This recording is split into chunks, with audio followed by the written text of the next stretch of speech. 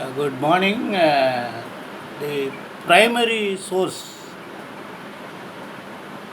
for law was first one sovereignty, imperialistic theory. Second one is contract, is a source of law.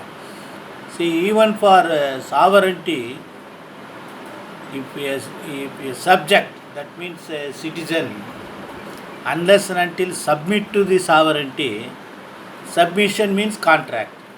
The, the law of sovereignty may not binding on the subject.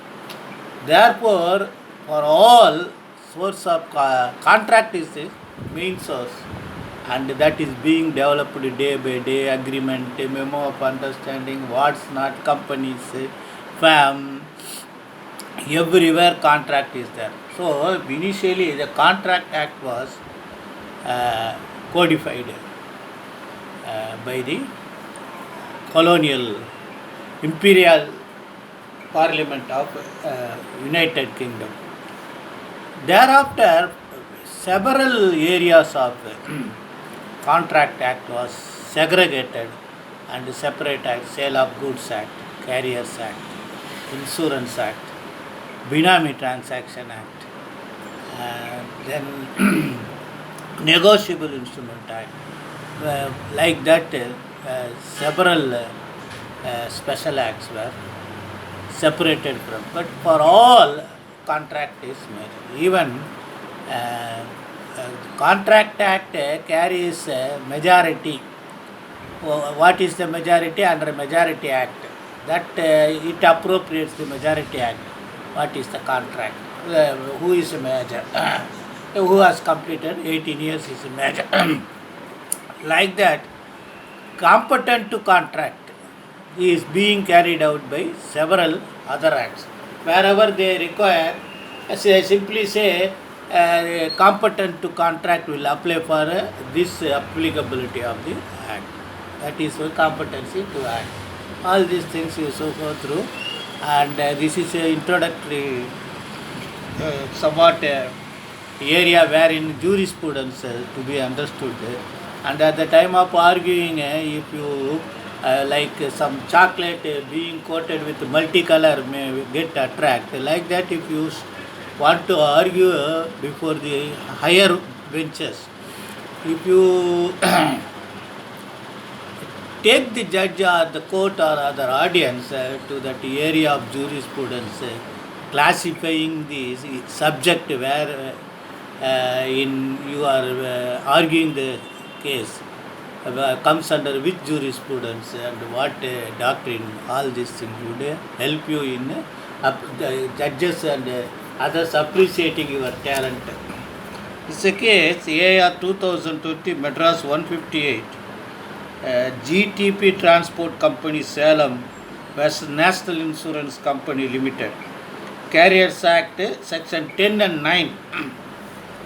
So you have to understand, if you are interested in helping the firms, companies, insurance to work as legal officers or regular panel advocates. I will give this gist of the case.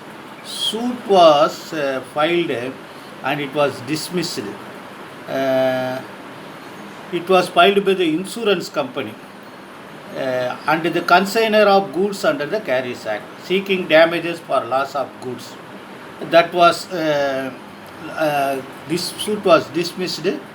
The lower court degree was set aside by the appellate court, and therefore second appeal. So second appeal was decided by our experienced judge R. Subramaniam. The second plaintiff had consigned 141 polished granite monuments in good condition on 1/2/2005 in a lorry under lorry receipt number so and so. The second plaintiff has also paid freight charges, rupees 10,500. So on the way, it has to be transported to the Chennai. It met an accident and resulted several damages to the goods. So immediately after, the defendant issued a damage certificate which was marked as Exhibit A3, accepting the value of the loss at rupees 3 lakhs and so and so. The second plaintiff, the consignor, issued a notice demanding the said loss. Receipt of the said notice is not disputed. Thereafter, survey was conducted, and the surveyor's report came to be filed on 18/4/2000. After the survey report, the second plaintiff insurance company, which had then got subrogation of loss issued to the notice, dated 10/2/2005, sued for recovery of damages. Therefore, the suit was raised by defendant that first defendant was not negligent. That means the person who carried the goods, and accident did not occur due to the negligence of the first defendant's employee. It was also claimed that the notice issued on 10/2/2005 is not valid notice under section 10 of the Carriers Act. So that was accepted by the trial court. The appellate court reappreciated the evidence and said A5 notice is sufficient under section 10 of the Carriers Act. It also found the one notice under section 10 having been issued, the plaintiff need not prove negligence in order to succeed in the suit for damages. Therefore, carrier cannot avoid liability on the ground of absence of negligence. So the lower court decreed the suit. Second appeal, substantial question law were framed. Kindly go through it, is available at page 7, which may help you in framing similar substantial question of law at the time. Then you kindly see section 9 of the Carriers Act, section 10 of the Carriers Act. They say goods receipt, you see, common carrier shall, in case of the goods are loaded by the consignor on the completion of such loading, that means goods has been received. That is most important. Then the section says that the claim should be within 6 months from knowledge of the plaintiff about the loss. So they, by close reading of the section 10, so that all is required is a notice of demand specifying the amount of loss. A perusal of the notice that has been marked as exhibit in this case, notice dated 10/2/2005, shows it complies with the requirement of section 10. So section 10 says that you should issue notice within 6 months. That would be the case. The second notice would be covered. Second notice is by the insurance, though it is after 6 months, that would be covered. They say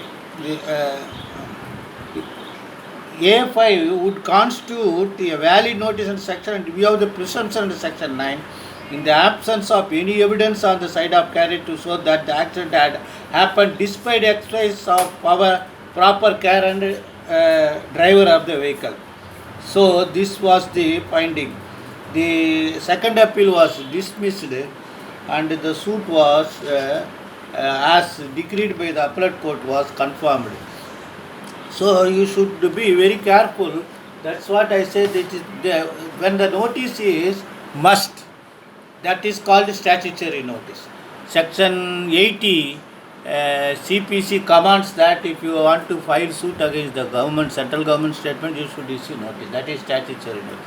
Section 10 of the Buildings Lease and Rent Control Act also claims that it should be prior notice should be issued. Therefore, like that also this Carriers Act also contemplates that under section 9 and 10 read with co, statutory notice within 6 months should be issued. Like that Negotiable Instrument Act, if check is bounced, notice should be issued within stipulated time, and thereafter that unless and until these notices are called statutory notices. So kindly, off notice and the transfer of property is something different from legal notice. Off notice has got much importance in defending the cases when the cases are being filed arising out of Transfer of Property Act. Therefore, kindly try to understand part by part and consolidate your knowledge. Your experience in law college was only compartmental. You have to consolidate with your compartment knowledge only through reading the judgments and experiencing the practical approach in reading the judgments. That only could help you. Best wishes.